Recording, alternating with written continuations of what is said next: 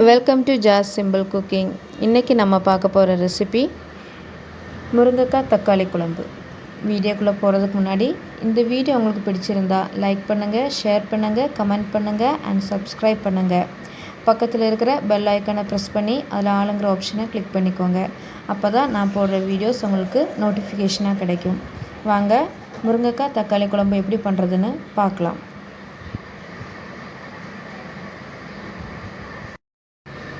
முருங்கைக்காய் தக்காளி குழம்பு பண்ணுறதுக்காக நான் இங்கே 2 முருங்கைக்காய் எடுத்து வச்சுருக்கேன்.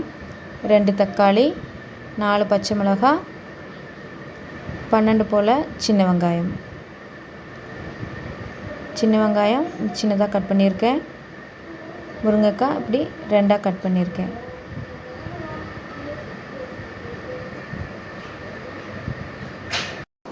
அதுக்கப்புறமா அரை மூடி தேங்காய் திரி வச்சுருக்கேன். 3 பல் பூண்டு, 1 டீஸ்பூன் வத்தல் தூள், 1/4 டீஸ்பூன் மஞ்சள் தூள், 1 டீஸ்பூன் ஜீரகம், 2 சின்ன வெங்காயம்.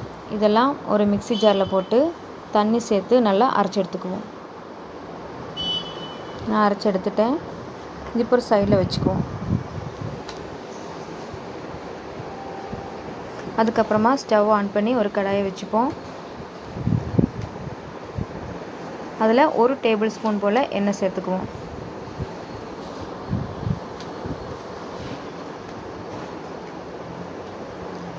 இதில் கட் பண்ணி வச்சுருக்கிற சின்ன வெங்காயம், பச்சை மிளகாய் போட்டு நல்லா வதக்கி எடுப்போம்.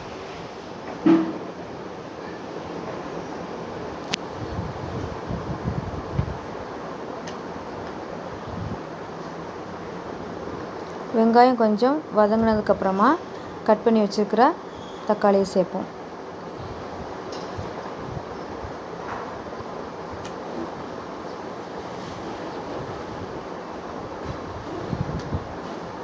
தக்காளி கொஞ்சம் சாஃப்டானதுக்கப்புறமா கட் பண்ணி வச்சுருக்கிற முருங்கைக்காயை சேர்ப்போம்.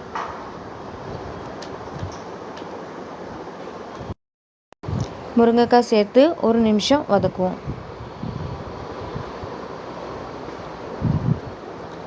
அதுக்கப்புறமா 2 கப் போல் தண்ணி சேர்த்துருவோம்.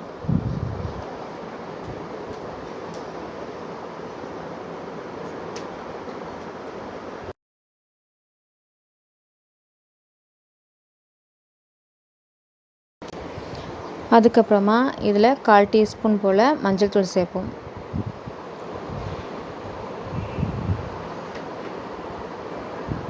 தேவைக்கேற்ப உப்பு சேர்த்துக்கோங்க. அதுக்கப்புறமா மிக்ஸ் பண்ணி விட்டு முருங்கைக்காய் வேகிற வரைக்கும் மூடி வச்சு வேக விடுவோம்.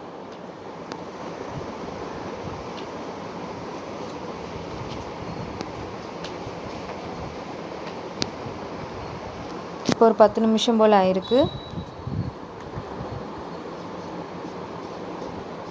முருங்கைக்காய் நல்லா வெந்திருக்கு.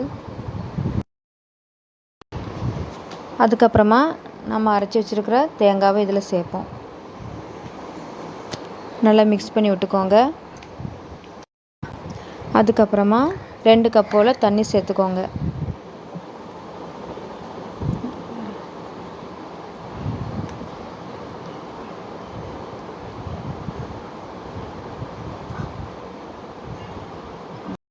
இப்போ மூடி வச்சு ஒரு 5 நிமிஷத்துக்கு வேக விடுவோம்.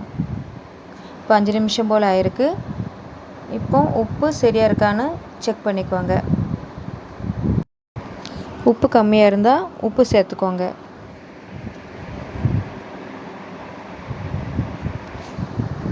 கொஞ்சம் மிக்ஸ் பண்ணி விட்டு மறுபடியும் மூடி வச்சு ஒரு 5 நிமிஷம் வேக விடுவோம்.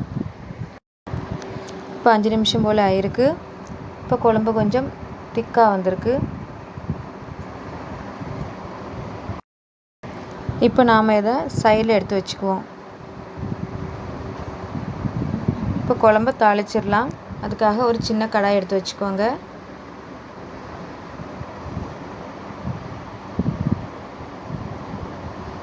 அதில் 4 டேபிள் ஸ்பூன் போல் எண்ணெய் சேர்த்துக்கோங்க.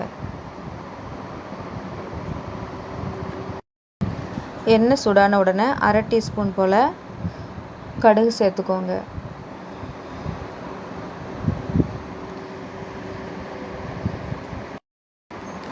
கடுகு நல்லா பொரியட்டும். இப்போ கடுகு நல்லா பொரிஞ்சிட்டு இப்போ நம்ம சின்னதாக கட் பண்ணி வச்சுருக்கிற சின்ன வெங்காயத்தை போடுவோம்.